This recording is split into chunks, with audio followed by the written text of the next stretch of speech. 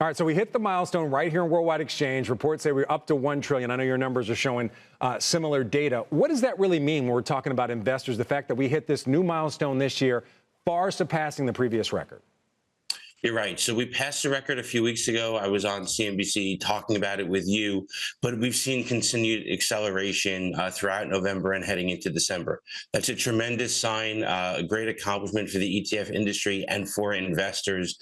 We're really excited to see adoption. We've seen retail investors move into the ETF space, advisors further embrace ETFs, institutions latch onto it. And you mentioned SPY, that's the largest ETF that has seen inflows this year. Some of its peers that track the same S&P 500 that we're showing on the screen, IVV has passed over $50 billion.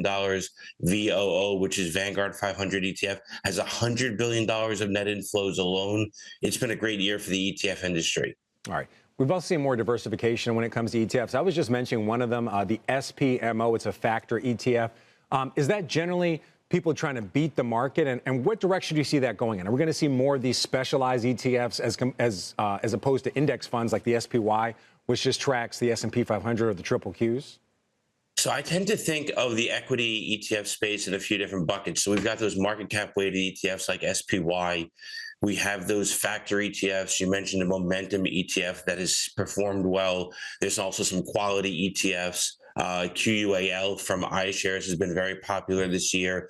VFlow from Victory Shares has crossed $1 billion. It's a relatively new ETF. Those are trying to outperform, but on an index-based approach. And then we have actively managed equity ETFs that have been gaining traction.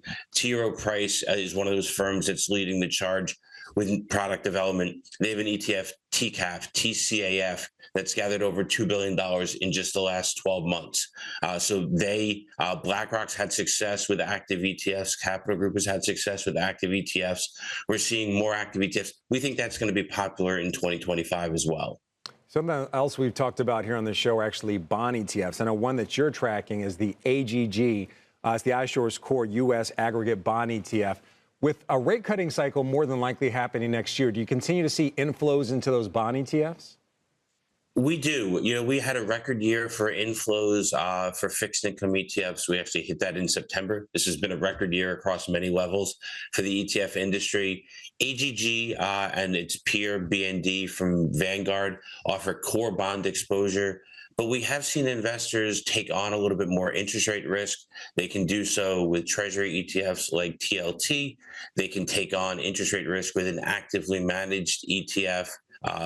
Fidelity has FBND that's been very popular. And we've also started to see investors move out of money markets and move into cash-like, but a little bit higher yielding ETFs. PIMCO has an ETF, MINT. This just crossed its 15-year anniversary and has seen over $1 billion of net inflows this year. We really think fixed income ETFs are going to remain relevant for investors in 2025. So, Todd, we're almost out of time. I want to ask you one more very quick question. We're also seeing private credit and private equity ETFs. Kind of explain that. When we're talking about those kind of ETFs, what are those ETFs investing in? How exactly does that work? So BondBlocks launched one of the first ETFs earlier this week, and it's investing in CLOs focused on the private credit market. It's adding some liquidity to a less liquid market. BondBlocks is one of those innovators within the ETF space and within the fixed income space. We're really excited to see how this area develops, but BondBlocks is one of those leaders.